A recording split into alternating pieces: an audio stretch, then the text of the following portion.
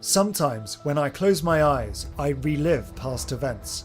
I am transported next to the men and women who wrote history. I move through their lives like a ghost of the future. I am a messenger of memories, a link between our time and their world. My voice will guide you through these episodes to bring back their stories as they appeared to me.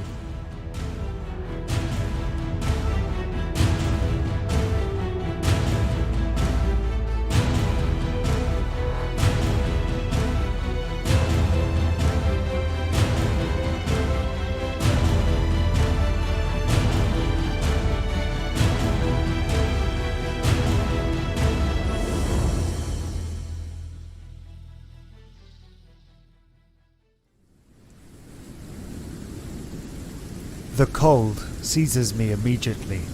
A light wind coupled with a fine rain tickles my already reddened skin. I hear commands given in German and tanks on the move.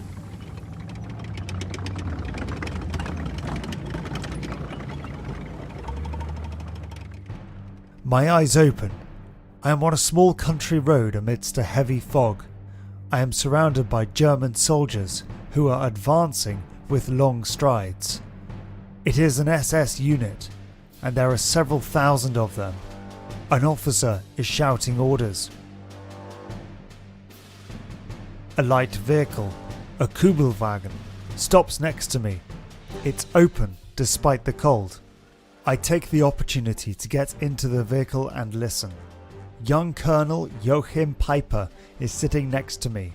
He is blonde, his hair perfectly combed. His column follows the battle plan. It is advancing particularly fast into the heart of the Belgian Ardennes.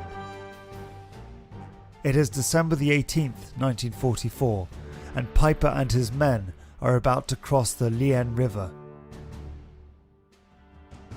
2 days ago, the German army launched a massive counter-offensive against the Allies. His column is being sent ahead of the rest of the troops to cross the Meuse River as quickly as possible. Piper is confident. With his hair blowing in the wind, he is ready. The Americans haven't offered him any fierce resistance for the moment. He hopes to reach the Meuse the following evening. I ride with him along the impressive column that stretches from the village Chenot. The road is narrow and muddy. The soldiers move aside as we pass. In the distance, through the fog, we can make out a winding river. A bridge crosses it. The road goes straight there. The first SS soldiers are almost there. Suddenly, a fireball rises from the river. Where the bridge had been a few moments before, there is now nothing left. At my side, Colonel Piper yells and curses. It was a stroke of American engineering. He is mad with rage, but I am inwardly celebrating. His column must now turn around and find another way. His chief radio operator is about to pass on the news just as another piece of information reaches us first. An American infantry division has just attacked the rear guard. The town of Stavelot has been bombed, and fighting is taking place with Americans who have retaken the north bank and the town bridge. His eyes turn black with fury. This man terrifies me. I instinctively move away for fear that, in his rage, he sees ghosts too. Night falls. Tomorrow is another day.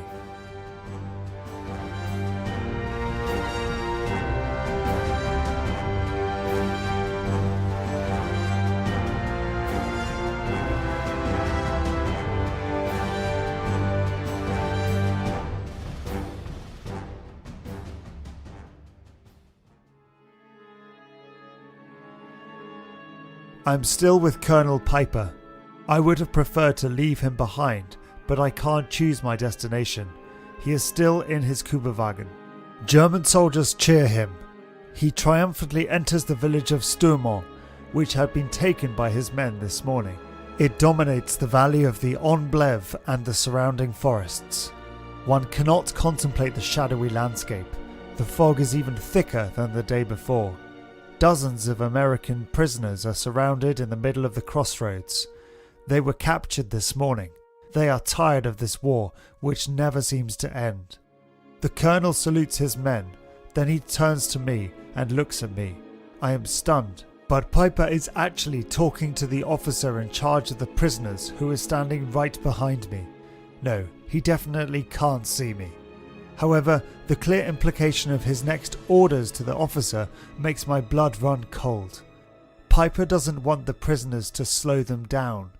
The officer understands his unspoken command. He asks his men to take the Americans behind a building on the street. I don't dare move. I don't want to see this, but I feel that I must. So I decide to walk to where the prisoners are. The Americans are grouped against the front of the building. Suddenly, and for no apparent reason, the SS soldiers open fire on the GIs. Their bodies collapse helplessly. I close my eyes. When I open them, soldiers have approached the prisoners, pistols in hand. Not all the Americans are dead yet. Several are dying. A bullet in the head. Others have feigned death to avoid it. Their breathing betrays them. A bullet in the head. I can't stand being here anymore, so I run away from this horror.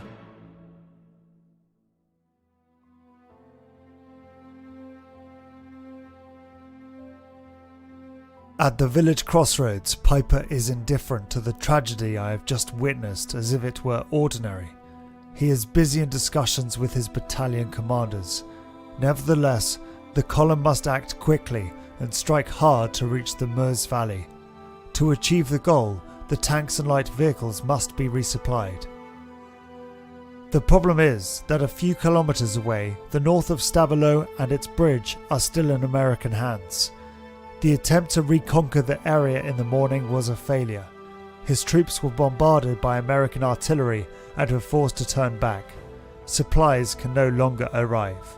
Piper charges Nittel, the reconnaissance battalion commander of his SS, with destroying the artillery on the Stavelot heights so that he can retake the bridge and the north bank. Nittel wastes no time as he gathers his men and puts them in marching order. I take my place in their ranks. I have been walking with Nittel's patrol for over 2.5 hours. It is the middle of the afternoon when we finally reach the small villages above Stavelot. Some houses are completely destroyed. The Germans and the Allies have been bombing the villages since the day before. They paid a heavy human toll. In the middle of the still intense fog, Nittel looks for the American artillery, but there is no trace of any soldier, so he sends his men to search the 3 houses of the crossing. I wait with the rest of the company. The soldiers return and report that there is no one there. Furthermore, the inhabitants have not seen any Americans recently. Nittel is not satisfied. He is upset, so he asks the SS to bring the villagers. They went back into the houses. Men, women and children came out with them. Nittel has a nasty look in his eyes. He questions them in broken French. A man of more than 80 years confirms to him that there are no Americans. Nittel takes his rifle and hits him in the temple with a violent blow. A terrible crack of bones resounds. The old man collapses unconscious. His blood flows in the mud, and he will not get up again. A man of about 40 years of age immediately revolts. He runs towards the officer. Without panicking, Nittel shoots him in the head. There is no emotion in his eyes. 2 teenagers, a boy and a girl about 15 years old, try to run away but are shot by soldiers. A third, barely older, was caught before he could run. He struggled with all his energy, but 2 SS men hold him tightly. Finally, they tied his hands behind him, put him on his knees, and executed him with a bullet in the back of his neck. My entire body is shaking uncontrollably. I am in a nightmare. The other inhabitants present are massacred. There are 2 boys under the age of 10, 4 women, and 3 men.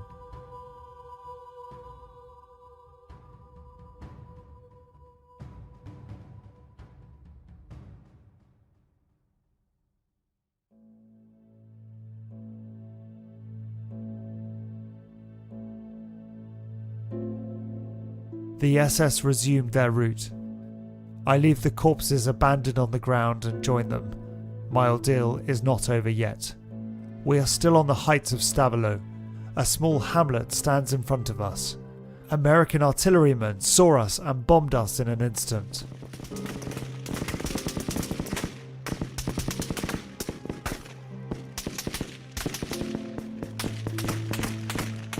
We moved out of their sight as quickly as possible. In the surrounding farms, the inhabitants run outside to avoid being buried in the rubble. The SS aimed at them immediately. I can't watch another massacre. I close my eyes.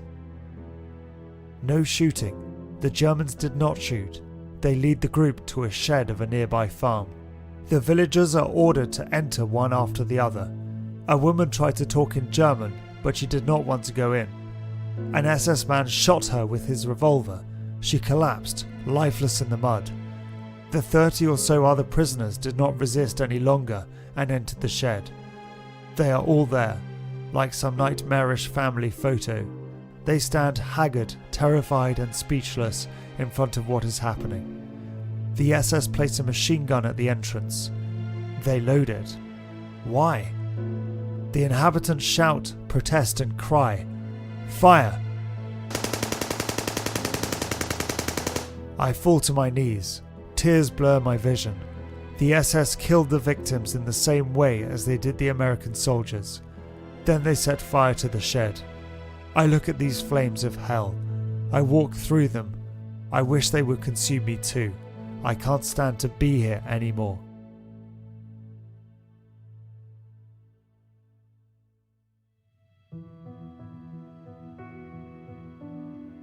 I want to return to my room, but I find myself on the front of the Luxembourg Ardennes. Since December the 16th, the resistance of the American 28th Infantry delayed the capture of Bastogne by 3 precious days. The city of Wiltz was surrounded on December the 19th. Clairvaux and Constum fell. The order was to retreat. In the foggy night, the Americans tried to leave and evacuate the wounded towards the city of Bastogne. Arriving at the Schumannseck crossing, a German ambush caught them by surprise. The GIs were caught in a deadly trap. Nevertheless, some of the soldiers were able to reach Bastogne, where I finally arrived. I recognize the city where I met Augusta Chewy. I feel as though my adventures only ever end in tragedy. It is December the 23rd in the morning. Snow has covered the city, but the sky is all blue. I am with a group of GIs at one of the entrances to the city. My hands are frozen. So are the hands of my new comrades in arms. The conditions are terrible for fighting. Added to that is the hunger which gnaws at everyone's stomach. But there is also the lack of ammunition. My unit is almost out of ammunition. 2 loads of shells, 2 rifle magazines, and a bunch of machine gun cartridges are all that are left. It has been 2 days since this part of the 101st Airborne Division withdrew to Bastogne after fierce fighting on the city's outskirts. Since then, Bastogne has been under siege. The general in charge of the city's defence refused to surrender yesterday. However, the situation is more and more critical for the soldiers and the civilians trapped inside. My nightmare isn't finished yet. In front of us, the Germans do not show themselves. Above us, on the other hand, I hear the sound of aeroplanes, and they are flying low. I seek shelter in the rubble of the city. My companions protect themselves as best they can. They are heading for the city. As I continue looking, I recognize them now. It is the Allies. Thousands of white and coloured dots suddenly fall from the sky, slowly. They are parachutes. They contain food, medicine and ammunition. We'll be able to hold on for one more day, at least, while waiting for reinforcements.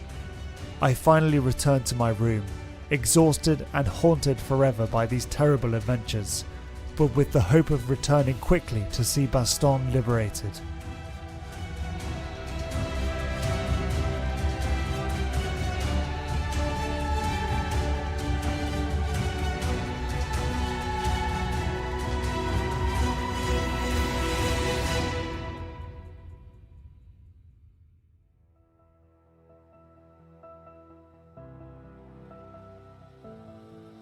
Has this story touched you? then it's time to go to the Land of Memory territory to immerse yourself in the adventure in the very place where it took place. The itinerary Topic 8, the Battle of the Bulge and the Siege of Bastogne, can be discovered on the website landofmemory.eu. To visit the Luxembourg American Cemetery, the Museum of the Battle of the Bulge at La Roche, or the December 44 Museum.